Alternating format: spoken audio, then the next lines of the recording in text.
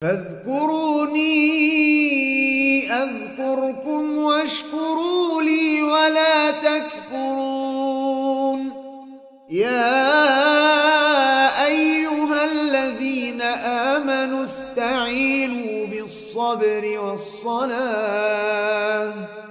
إن الله مع الصابرين. Nabi SAW bersabda dalam hadis yang sahih diriwayatkan oleh Imam Ibnu Majah, kata Nabi, wala tashrabil khamr, janganlah kalian meminum khamr, fa innaha miftah kulli syarr, karena sesungguhnya khamr itu adalah kunci semua keburukan. Ya, dia adalah kunci pembuka semua keburukan. Maka oleh karena itu Bapak Ibu sekalian, keburukan-keburukan yang terjadi, perzinaan dengan mahram, pembunuhan, mencuri, itu semua diakibatkan oleh karena kecanduan khamr. Dan ini bukan untuk khamr saja, tapi masuk di situ apa? Semua yang memabukkan, yang menghilangkan akal, seperti narkoba. Ya, seperti apa? Narkoba. Maka kita harus menjauhinya, menjauhi keluarga kita darinya kalau kita tidak ingin membuka pintu-pintu keburukan. Peringatkan keluarga kita, jangan sampai ada yang mengkonsumsi khamr atau memakai narkoba. Lalu Syekh mengatakan wabil misal yattadihul bayan. Dengan contoh maka penjelasan ini akan terang dan jelas. Utsman radhiyallahu anhu, kata Syekh, pernah berkata, "Ijtanibul khamr." Kata Utsman, siapa Utsman? Khalifah. Ya, khalifah. Salah satu khalifah Ar-Rasyidin. Dia mengatakan, jauhilah oleh kalian khamr. Kenapa? Fa innaha ummul khaba'ith. Sesungguhnya khamr itu adalah induknya semua keburukan. Ya. Innahu kana rajulun mimman khala qablakum ta'budu fa'alaqathum ra'atun ghawiyyah. Sesungguhnya, kata Utsman, ada orang sebelum kalian, ta'abbad, yang beribadah kepada Allah Subhanahu wa ta'ala, lalu seorang wanita berusaha untuk menggodanya. Seorang laki-laki ahli ibadah yang sibuk beribadah kepada Allah Azza wa Jalla, namun ada seorang wanita yang menyukainya dan berusaha ingin menggodanya. Fa arsalat ilaihi jariyataha faqalat inna nad'uka lisyahadah. Lalu wanita ini mengirim utusannya, kata Utsman, untuk memanggil laki yang sibuk beribadah tersebut. Untuk apa? Untuk memberikan nasihat kepada wanita ini. Ya, untuk menuntunnya bersyahadat, bertaubat kepada Allah Azza wa Jalla. Maka berangkatlah lelaki ini bersama utusan wanita tadi. Lalu setelah lelaki itu sampai, kemudian masuk, setiap melewati pintu, wanita ini mengunci pintu tersebut. Ya. Setiap melewati pintu di dalam rumahnya atau istananya, dia mengunci pintu tersebut. Pembantu wanita ini. Sampailah kepada wanita yang mengundangnya atau memanggilnya itu. Dan wanita tersebut dalam keadaan duduk manis. Ya. Dan sudah berhias cantik. Di sisi wanita tersebut ada seorang pelayan laki-laki, bocah, yang yang di tangannya ada kendi yang berisi khamar. Ini cerita yang diceritakan oleh Utsman radhiyallahu anhu. Ketika lelaki itu sampai ke hadapan wanita yang memanggilnya itu, wanita ini pun berkata kepadanya, "Inni wallahi ma da'autuka lisyahadati." Sesungguhnya aku demi Allah tidaklah mengundangmu, memanggilmu ke sini untuk syahadat, taubat, atau kau berikan aku petunjuk nasihat menuju Allah Subhanahu wa taala. Walakin da'autuk litaqa alayya aw tashrab min hadhihi al-khamrah ka'san aw taqtul hadzal ghulam. Ya. Akan tetapi aku mengundangmu, memanggilmu ke sini, kata wanita ini. Wanita ini wanita yang memiliki kedudukan. Ya, memiliki apa? Kedudukan. Dan dia seorang wanita yang cantik jelita. Aku mengundangmu ke sini untuk berzina denganku. Kalau kau tidak mau berzina, maka silahkan kau minum khamar, khamar ini 1 gelas. Atau kalau kau juga tidak mau, maka aku perintahkan kau untuk membunuh lelaki ini, bocah ini, kata dia. Karena tadi di dekat wanita itu ada seorang bocah. Ya. Ada seorang bocah dari kalangan budak. Maka silahkan kau pilih. Kalau tidak, kau tidak akan keluar dari istana ini. Ya. Kalau kau tidak melakukan salah satu dari yang aku sebutkan, maka aku akan memfitnah dirimu di luaran sana. Mengatakan kau telah menzinaiku. Ya. Maka Bapak Ibu hadirin hadirat yang semoga senantiasa dirahmati oleh Allah Subhanahu wa taala. Lelaki itu disuruh memilih dari yang 3. Berzina, minum khamar, membunuh. Dan dia harus melakukan salah satu.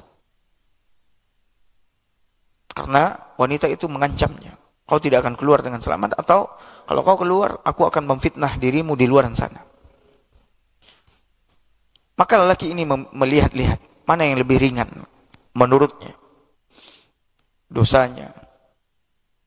Berzina dosa besar, membunuh juga dosa besar. Maka dia mengambil atau memilih untuk meminum apa? Khamar. Maka kata dia, faskini min hadzal khamr ka'san fasaqat. Kata dia, kalau begitu berikan aku 1 gelas khamr, atau tuangkan untukku 1 gelas khamr. Aku milih itu. Maka diberikanlah oleh wanita tersebut. Diberikanlah oleh wanita tersebut khamr. Dia minum. Dari 1 gelas, dia meminta tambah lagi. Dia minta tambah lagi. Tambahkan lagi, kata dia. Sampai akhirnya dia hilang apa? Akal. Lalu dia menzinai wanita itu dan membunuh bocah yang ada di ruangan itu. Dia menzinai wanita itu, lalu dia apa? Membunuh bocah tersebut. Artinya apa? Dia lakukan semua dosa. Yang itu dari segelas apa? Khamr. Ya. Ini yang para tulab jangan coba-coba. Jangan coba-coba mendekati khamr, miras, bir, atau apapun lah namanya. Kalau antum ingin selamat dari segala keburukan, perbuatan keji, jauhi itu. Biarkan orang-orang mengatakan kau tidak keren kalau kau nggak minum khamr. Minta dalilnya, keren itu harus minum apa? Khamr. Justru orang yang meminum khamr tidak keren. Kenapa? Karena dia melanggar larangan Allah Subhanahu wa taala. Maka Utsman pun berkata, "Fajtanibul khamr." Maka jauhilah oleh kalian khamr. Fa innaha wallahi la yajtami'ul iman wa itmanul khamr. Karena sesungguhnya demi Allah, kata Utsman, keimanan tidak akan pernah mau bersatu dengan pecandu khamr. Illa la yushiku ay yakhruja ahaduhuma sahibah. Melainkan kata Utsman, salah satu dari keduanya, iman atau khamr, ya, nyaris akan keluar dari diri orang yang meminum khamr. Kalau tidak iman yang keluar, kalau tidak apa? Khamr itu yang keluar. Maka oleh karena itu, hadirin hadirat yang semoga senantiasa dirahmati oleh Allah Azza wa Jalla. Apa yang disebutkan oleh Nabi SAW sungguh benar. Bahaya khamr, bahaya narkoba, narkotik. Jangan pernah sesekali antum coba. Ketika antum mencoba sedikit, muncul apa? Candu. Tidakkah tadi Utsman mengatakan dia cuma meminta berapa? 1 gelas. Habis itu setelah dia minum dia minta tambah. Tambahkan lagi buatku sampai hilang akalnya. Ketika akalnya sudah hilang, maka perbuatannya binatang, bagaikan binatang. Bahkan lebih buruk daripada apa? Binatang. Ya, jangan pernah coba-coba, walaupun sedikit. Di samping itu adalah dosa besar. Makanya tidaklah rusak generasi hari ini, melainkan disebabkan karena apa? Karena khamr, karena narkoba. Melakukan perzinaan sana sini, berbuat kerusakan, perkelahian sana sini, itu disebabkan oleh apa? Khamr. Membunuh. Maka hendaklah kita mengingat wasiat Nabi kita ini yang mulia sallallahu alaihi wasallam. Bahwasanya khamr adalah ummul fawahish. Induknya perbuatan keji. Bahwasanya khamr miftah kulli syarr. Kunci pembuka semua apa? Keburukan. Kemudian berikutnya, alasan kenapa Syekh mengangkat wasiat mengenai khamr ini. Yang keempat adalah bahwa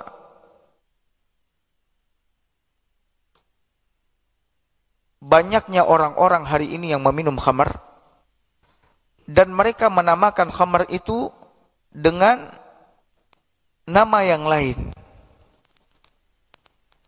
Menamakan khamr itu dengan nama yang lain, tidak lagi khamr.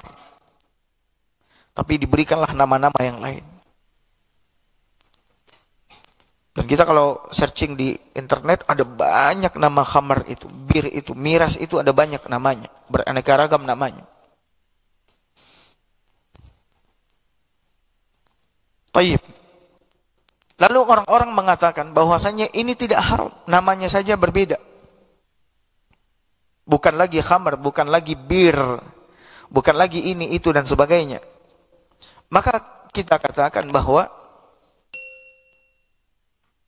perubahan nama atau pergantian nama ini tidak menghilangkan hukum haram yang ada pada sesuatu tersebut. Karena yang mengharamkannya bukanlah nama, akan tetapi apa?